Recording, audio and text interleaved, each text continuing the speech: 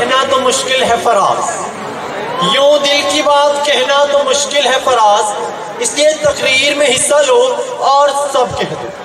جناب صدر، میری آج کی تقریر کا عنوان ہے سب کہہ دو۔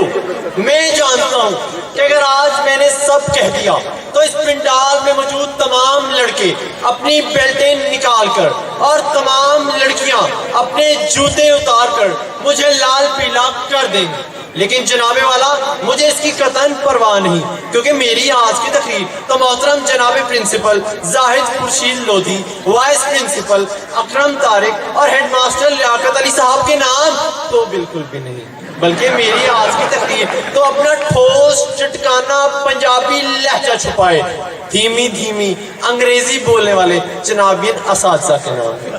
میری آج کی تقریر جناب کالج جنگ کی پنکھڑ بسوں میں بیٹھے نفیس مزاج لوگوں کے نام۔ میری آج کی تقریر جناب کالج جنگ کی تمام چھوٹی بڑی پیاری پیاری گول مٹول کالی آنکھوں والی ایوری میں موجود مرغیوں کے نام۔ جناب والی، میری آج کی تقریر میرے خود کے بچپن کے نام ہے، جب میری امی کندوریوں سے میرے 3 پیس سوٹ بنایا کرتے ہیں۔ میری آج کی تقریر ان رولتے ہوئے پروکٹرز کے نام ہے، اور معذرت کے ساتھ میری آج کی تقریر ممی ڈیڈی ہیڈ بوائے کے نام ہے۔ جناب صدر، چونکہ سب کہہ دو کا عنوان ہے تو کیوں نہ اپنی آپ بیتی بیان کرتا چلوں۔ یہاں سے گھر گیا، در پر دستک دی کہ اندر سے آواز آئی، ابے وہ اچھے باپ کی گندی اولاد۔ میں سمجھ گیا کہ ابا حضور مجھی سے مخاطب۔ جناب والا سر کو جھکائے، آہستہ آہستہ قدم اٹھائے، ان کے سامنے پیش ہو گیا، لیکن انہوں نے کچھ ایسی بات کہی کہ دل باغ باغ ہو گیا۔ بولے تم جوان ہو، کیوں نہ تمہاری شادی کر دیں۔ جناب والا میں خوش بہت ہوا، میرے ابا حضور نے موقع کی نزاکت کو بھانپتے ہوئے میری منگنی کر دی۔ میں خوش بہت تھا، کیوں نہ ہوتا، کیونکہ میں عشق بھی کمال کرتا ہوں، میں عشق بھی کمال کرتا ہوں، آئی لو یو لکھ کر سینٹ وال کرتا ہوں۔ جناب والا پھر کیا تھا فرمائشیں شروع۔ میری ہونے والی بیوی نے مجھے فون کر کے کہا کہ میرے کتے کے لیے کیک لے کے آؤ۔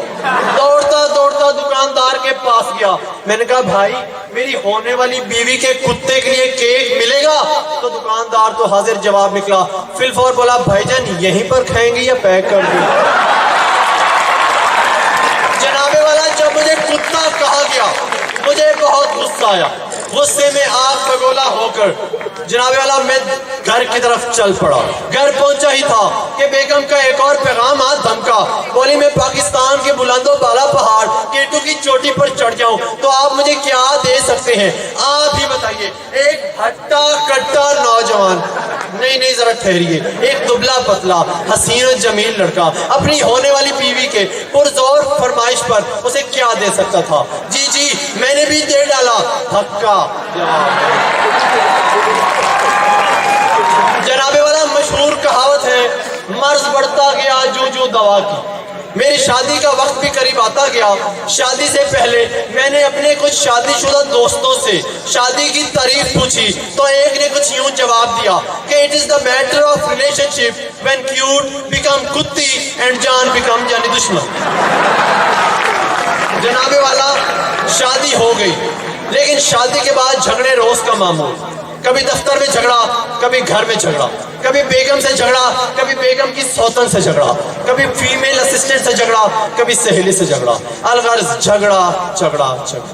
ان جھگڑوں سے تنگ آ کر میں نے انٹرنیٹ کی مدد حاصل کرنا چاہی۔ نیٹ کھولا تو زوم کی مشہوری پڑی سب کہہ دو۔ میں نے بھی دل کی بات کہہ ڈالی کہ ہاؤ ٹو کنٹرول وائف، تو جواب آیا وی آر آلسو سرچنگ۔ جناب والا میری شادی کے بعد مجھے پہلی خوشی تب ہوئی جب میرے ہاں مننے کی پیدائش ہوئی۔ پھر کیا تھا، لیکن وہ جو جوان ہوتا ہوتا گیا میری ناک میں دم کرتا گیا. جناب والا اس کی پرورش کی ذمہ داری اس کی ماں نے اٹھائی اور کچھ یوں کی. ایک دفعہ میں گھر گیا, منا میرے پاس آ کر کہتا ہے ابو ابو سانس لینے سے کیا ہوتا ہے؟ میں نے کہا بیٹا سانس لینے سے ہم زندہ رہتے ہیں. تو بولا امی تو کہتی ہیں سانس لینے سے پیٹ اندر باہر ہوتا ہے. جناب صدر پھر کیا تھا؟ ایک اور دفعہ میرے پاس آ کر کہتا ہے آپ کالا جادو جانتے ہیں؟ میں نے کہا نہیں بیٹا میں نہیں جانتا. تو ماں کی طرف اشارہ کر کے کہتا ہے کہ اتنی بڑی بلا پکڑی کیسے تھی؟ جناب والا آپ ہی بتائیے, ایسی شادی کو اور ایسی بیوی کو دیکھ کر 1990 کی دہائی میں بننے والی فلم کے یہ گیت یاد آئیں گے یہ نہیں کہ جب سے ہوئی ہے شادی آنسو بہا رہا ہوں, آفت گلے پڑی ہے میں اس کو نبھا رہا ہوں. آپ کی سماعتوں کا شکریہ.